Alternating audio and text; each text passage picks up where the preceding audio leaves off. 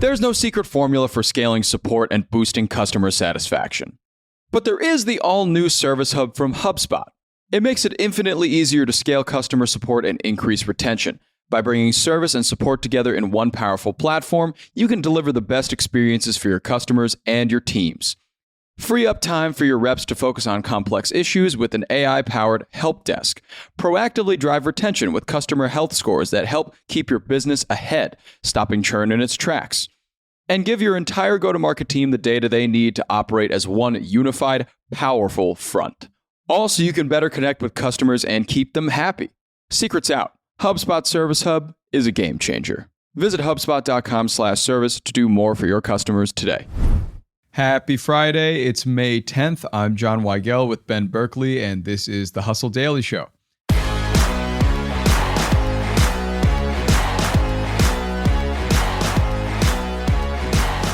Call centers are obviously investing more in AI. At least I know that much is true from frequently shouting agent at my automated bank teller. But the staggering rate at which the AI call center industry is growing is saying more bots are on the horizon. So how much money is on the table for custom voice agent companies like Retail AI, and what's promoting this shift? We'll chat about that more in a bit, but first let's give you the hits and headlines in business and tech. Starting us off, OpenAI revealed that it's exploring how to, quote, responsibly let users generate adult content. Currently, most not safe for work content is banned, and a spokesperson said OpenAI will never permit deepfakes. But if OpenAI does go forward with it, maybe this will help a little bit with that. TikTok is adding AI-generated labels that will notify viewers if a video was created with an AI tool like DALL-E 3. The app will use metadata to spot AI-generated content. So a whole bunch of AI information there. What do you make of it, Ben? It's a lot. I think that we're definitely going to come back to this OpenAI erotica business at length at some point soon. It was actually almost kind of the top piece in today's Hustle newsletter. And then we kind of realized that we had to process it first. There are just so many angles to this in terms of where you draw the lines. How do these distribution channels handle it? Kind of like this TikTok news that we just discussed here. Mm-hmm. You know, they're just like all these different little scenarios you envision. Like, if we indulge people virtually, will it alleviate some exploitation of actual humans? You know, they're just like all these different angles to this. You know, OpenAI said they're, quote, exploring this whole thing. And I, for one, am really hoping they take their time, because this decision feels like it could potentially shift society in a huge way. Yeah, I'm just looking forward to the inevitable OpenAI erotica coffee table book. So really hoping for that. Well, Christmas is not too far away. Next, Apple struck a nerve with its new iPad Pro commercial. Some people were not fans of watching a giant hydraulic press crush a pile of musical instruments, record players, and paint before lifting to reveal a sleek iPad. While many were disturbed by the whole, quote, the arts are dead message, you've got to figure this amount of internet discourse must be an advertising win for the brand, considering everybody's just talking about it anyways. What do you make of the art smashing, as it were? I mean, definitely the visual metaphor, yeah, a little insensitive to the moment. And if I'm Apple, I'm particularly not happy about poking creative types, given that that's always been a big part of their fervent fan base. But I will give Apple some credit, because being crushed by a giant hydraulic press really does at least, you know, accurately represent the feeling of working in media. So, you know, if you're going to get called out on something, you might as well get called out for telling a truth. Yeah, exactly. To be honest, it is a bit bleak, considering that they're showing the smashing of things that are the physical arts that you would create, but now an AI can perhaps do for you, or the iPad can perhaps replace. So it is a little bleak in that context, but I don't know. It does come with a lot of cool features, so maybe it was just a bit dramatic, I think. Yeah, I will still opt for the OpenAI erotica coffee table book rather than the iPad Pro for this Christmas for you, John. Oh, yeah. Next, after a trilogy that ruled the 2000s box office and my childhood, The Lord of the Rings is back. Warner Brothers announced a new Gollum-centric film for 2026, directed by and starring Andy Serkis. And finally, Match Group's Q1 earnings brought Hookup Happy Tinder some pretty bad news. Its paying user base shrunk for the sixth straight quarter, and it doesn't seem like things are too bright for the Kindling app over there. Yeah, this decline doesn't feel good for Team Tinder, obviously, but it's worth noting overall that Match, which owns both Tinder and Hinge, which is Tinder's more serious counterpart, which, I will say for anyone lucky enough to not know about dating apps, generally speaking here, Tinder's loss is Hinge's gain. Hinge has been steadily growing its paid user base every year. The company thinks it's headed toward $1 billion in revenue pretty soon. That said, scale matters. Tinder's base is 10 million paid users, whereas Hinge's, even though it's growing, is only at 1.4 million. So, for every Tinder dropout, they're definitely going to need a lot more growth from Hinge. Certainly. And they can't exactly bank on the $500 a month plan anymore from Tinder, it looks like. No. Okay, on to the main story of today. Today's big story is about how call centers are really starting to embrace automation and how that could mean big bucks for many voice-generating companies in the AI industry. So first, Ben, this seems pretty unavoidable, but how much growth could we see in contact center AI? Well, I'd say this market is about to resemble me trying to get what I need from airline customer service. It's going to go nuts. I think that market researchers are looking at this AI call center industry and they're thinking it's going to balloon up to a $3 billion business over the next 4 years. So, we're about to cross that threshold from weird novelty to everyday thing. And that's reflected in a recent poll of contact centers, half of whom said they are going to roll out some AI component in the next year.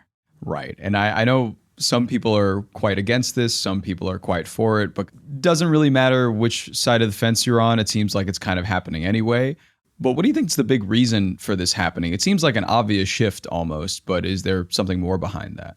I mean, ultimately money, always the answer here. And this is going to save a lot of businesses a lot of money. And, it's going to be so much more efficient in so many ways. Scheduling appointments seems to be the primary use case right now for many of the emerging players in this space.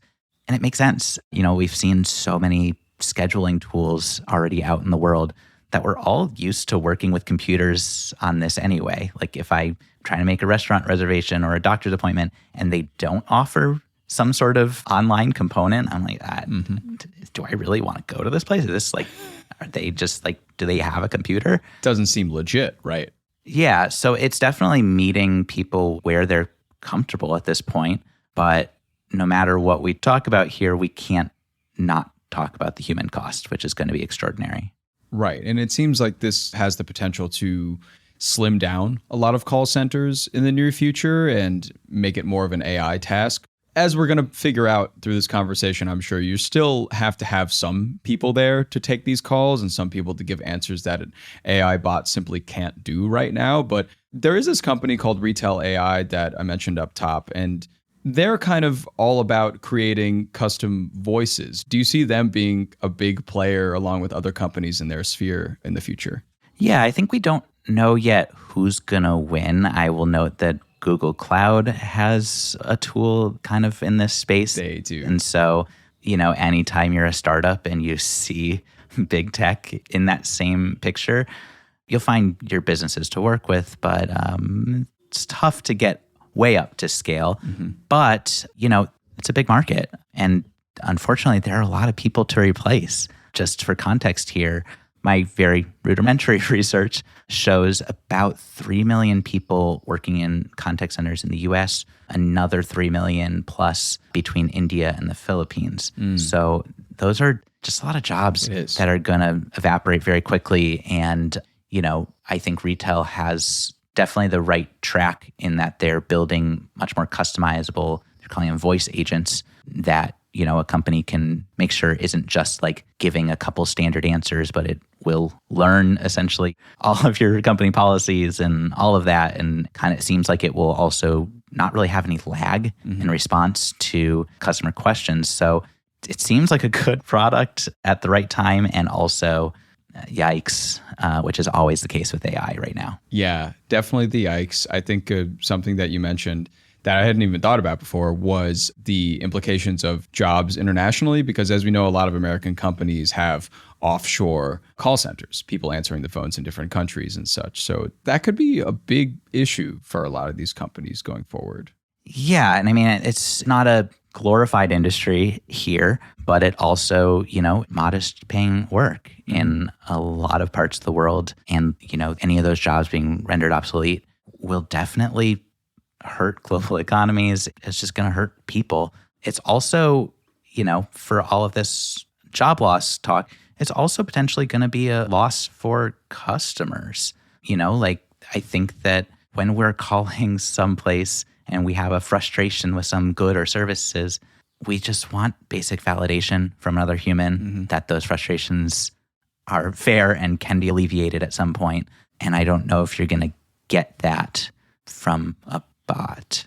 Yeah. I mean, we've seen a lot of technologies nowadays talking about like emotive AI and able to kind of meet people in the middle. And we've heard AI therapy kind of starting up or turning its wheels. So in that case, maybe there will be a time where this technology completely eclipses the acts that a person can do. But at the same time, where it is now, that's just not happening. It can't really give you detail. It can't really kind of dive into these issues with you, which is why these AI bots now seem more like what they've always seemed like, which is more of a gateway to somebody who can actually help you. Right. Which is the part that frustrates me the most. But I'm sure over time, with tons of investment and maybe even sooner than we think, we'll be talking to AI Patty on the other line about our kids.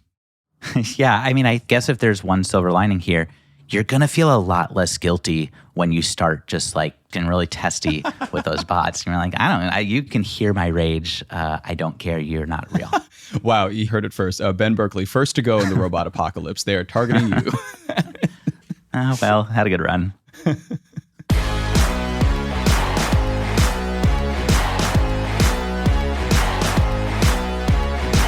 All right, well, that's going to do it for us today. Thanks for tuning into the Hustle Daily Show. We're a proud part of the HubSpot Podcast Network. Our editor today is Robert Hartwig, and our executive producer is Darren Clark. We've got a lot more tech and business coverage in our newsletter. If you're not subscribed, go get yourself signed up at thehustle.co/email, and we'll see you Sunday.